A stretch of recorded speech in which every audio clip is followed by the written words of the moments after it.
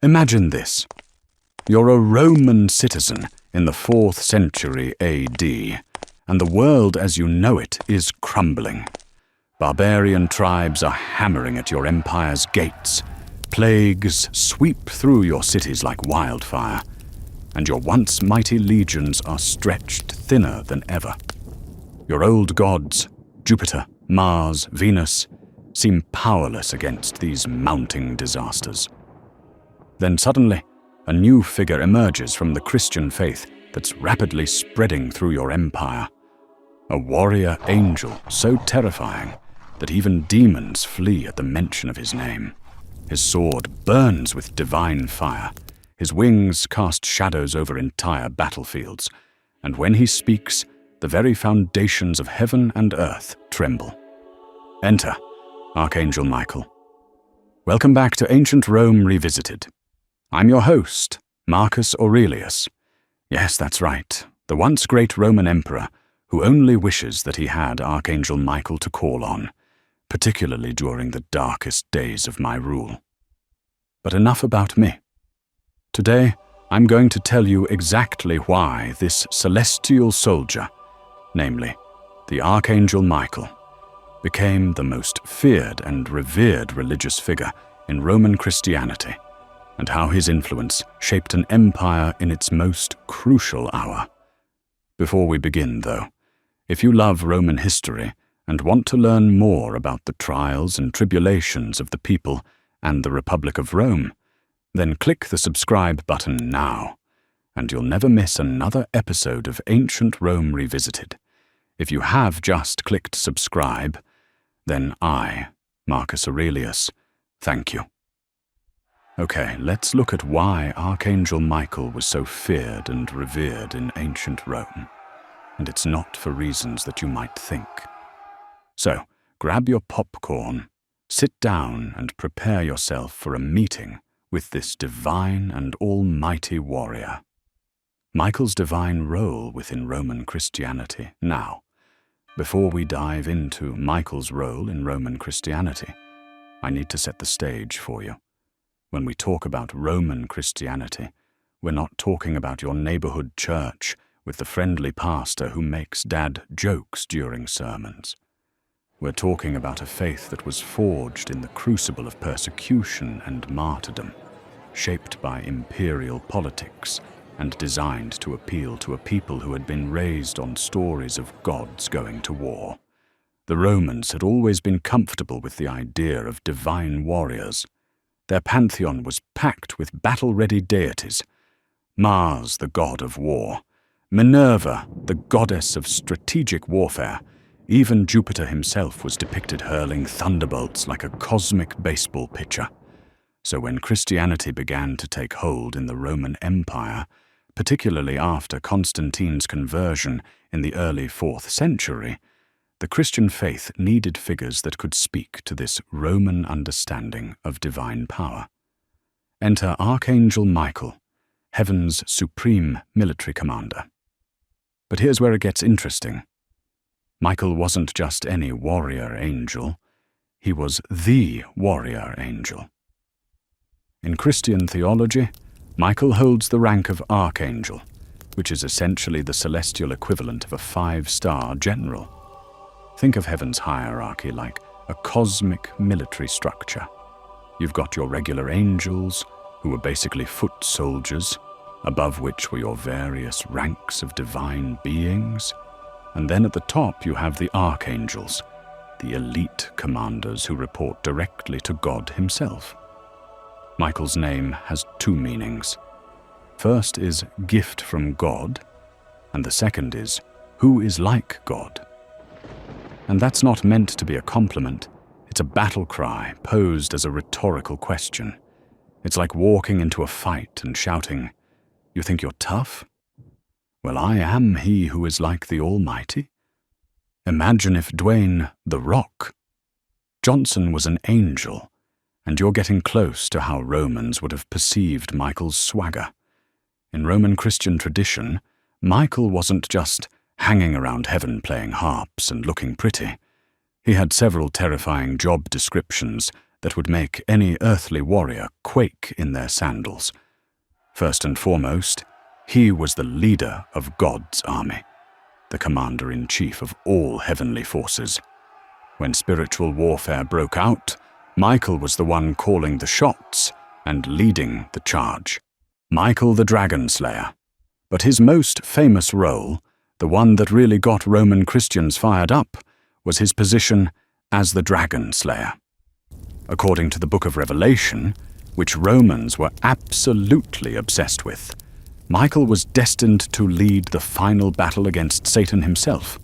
Picture the ultimate boss fight in a video game, except instead of pixels, we're talking about the fate of all creation.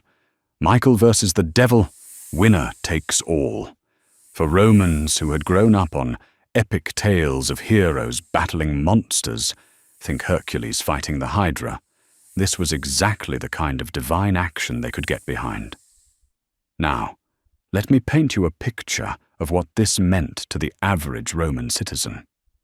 You have to understand, the Roman Empire in the 4th and 5th centuries was not the confident, world-conquering superpower it once was. The empire was splitting apart, quite literally. We had the Western Roman Empire and the Eastern Roman Empire, like a messy divorce, where nobody could agree who gets custody of the Mediterranean. Barbarian invasions were becoming as regular as your daily turd. The Visigoths, Vandals, Huns, and other tribes were constantly pushing against Roman borders and sometimes breaking through like uninvited party crashers. Economic inflation was making Roman currency about as valuable as monopoly money. Disease and famine were recurring visitors nobody wanted to see nor suffer from. In this context, Romans needed a protector who could handle threats that their earthly military couldn't touch. They needed someone who could fight spiritual battles, cosmic wars, and divine conflicts. Michael fit the bill perfectly. He wasn't just a defender of individual souls.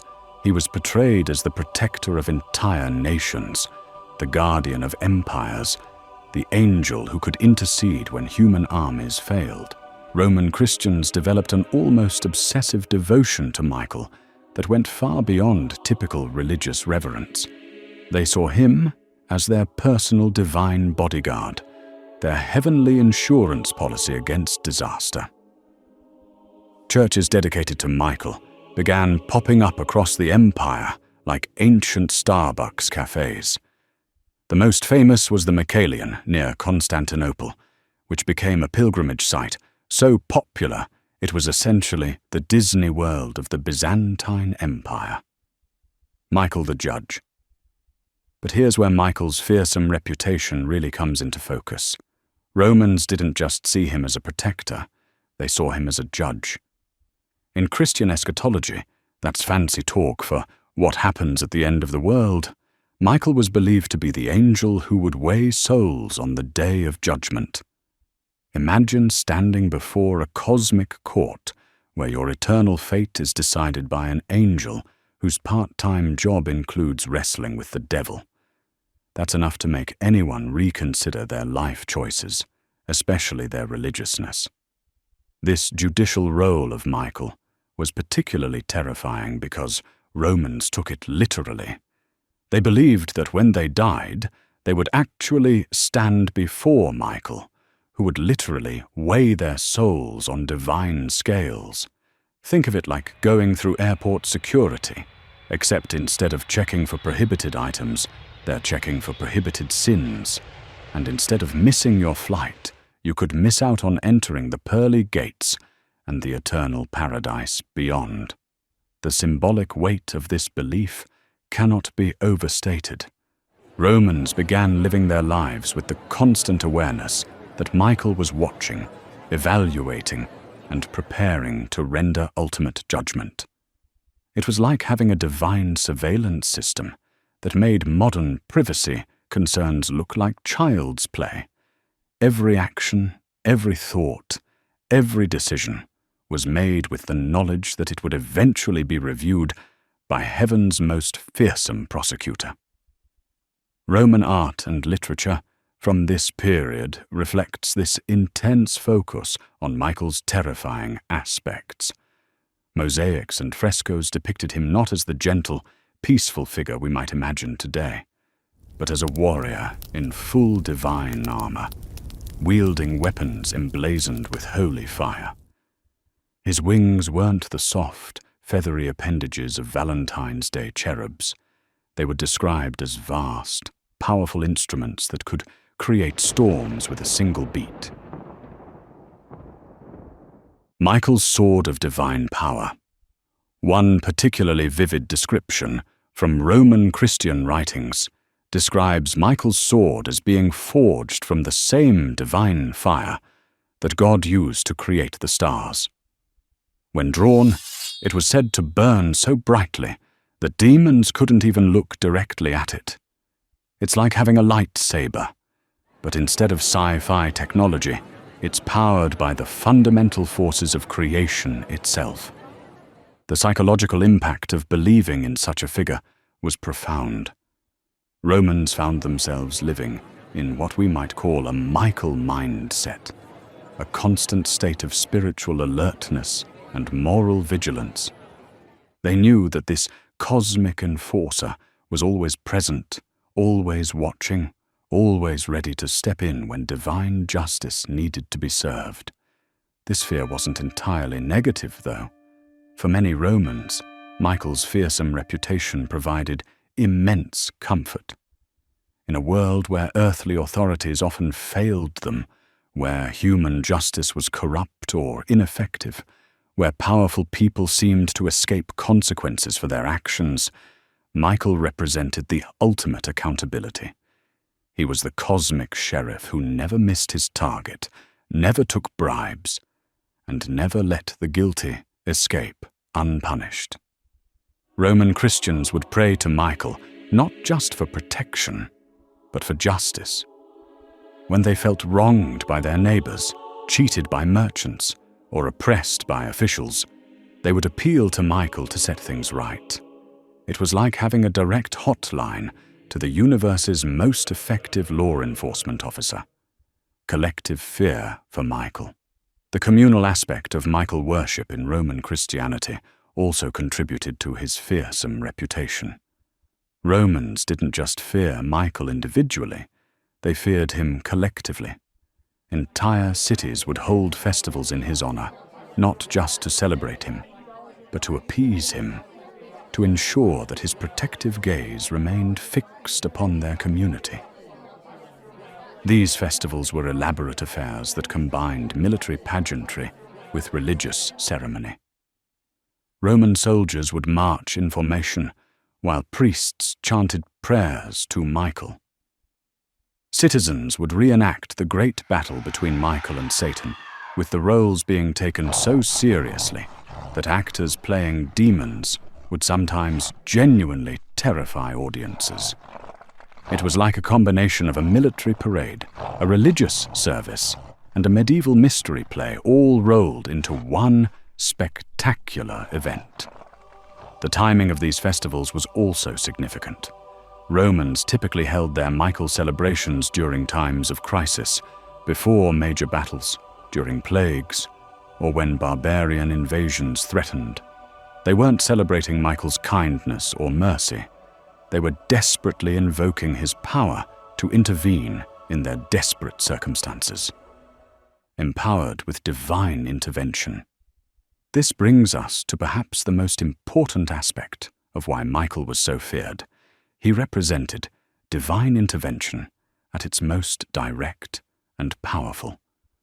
Romans believed that when human efforts failed, when earthly solutions proved inadequate, Michael could and would step directly into their world to set things right. But this intervention came with a price: absolute moral accountability. Unlike their old gods, who were often portrayed as capricious, vengeful, or morally ambiguous, Michael represented perfect divine justice. He couldn't be bribed, couldn't be deceived, couldn't be influenced by human politics or social status. When Michael acted, It was with the full authority and righteousness of God himself. For a people accustomed to navigating complex webs of political favor and social influence within ancient Rome, this was both incredibly reassuring and absolutely terrifying. As the Roman Empire continued to face existential threats, Michael's role became even more central to Roman Christian identity. He wasn't just a religious figure. He became a symbol of divine resistance against chaos, a guarantee that no matter how dark things became, ultimate victory was assured for those who remained faithful. The legacy of Archangel Michael. The legacy of this fearsome reverence for Archangel Michael extended far beyond the fall of the Western Roman Empire. The Byzantine Empire, which considered itself the continuation of Rome, maintained and even intensified this devotion to Michael as their supreme divine protector. Icons of Michael became standard in Byzantine churches, imperial seals, and military banners. So, there you have it, the fearsome life and legacy of the Archangel Michael. In understanding why Michael was so feared in Roman Christianity, we glimpse something profound about how people cope with uncertainty, chaos, and powerlessness. The Romans created in Michael a figure who embodied everything they desperately needed: ultimate power, perfect justice, unwavering protection, and absolute accountability. He was their answer to a world that seemed increasingly beyond human control. So the next time you see a peaceful, artistic depiction of an angel, remember the Romans who trembled at the thought of standing before Michael's divine tribunal. Remember the empire that placed its ultimate hope in a warrior angel whose very name was a challenge to all earthly powers. In Michael, they found not just a protector, but a reminder that in the grand cosmic order, justice would ultimately prevail, even if that justice came at the point of a flaming sword wielded by heaven's most fearsome general. That explains why Archangel Michael was so feared. He represented the Romans' deepest hope and their greatest terror, wrapped together in wings of divine fire and an unshakable commitment to cosmic justice. And in many ways, that fearsome reverence helped hold together an empire in its darkest hour, providing spiritual strength when earthly power began to crumble. If you liked this video, then I, Marcus Aurelius, Rome's greatest of emperors, if I may say so myself, would love to see you in the next video. And if you haven't subscribed to this channel already, then please do so now. That way, you'll never miss another episode of Ancient Rome Revisited. I look forward to seeing you in the next video.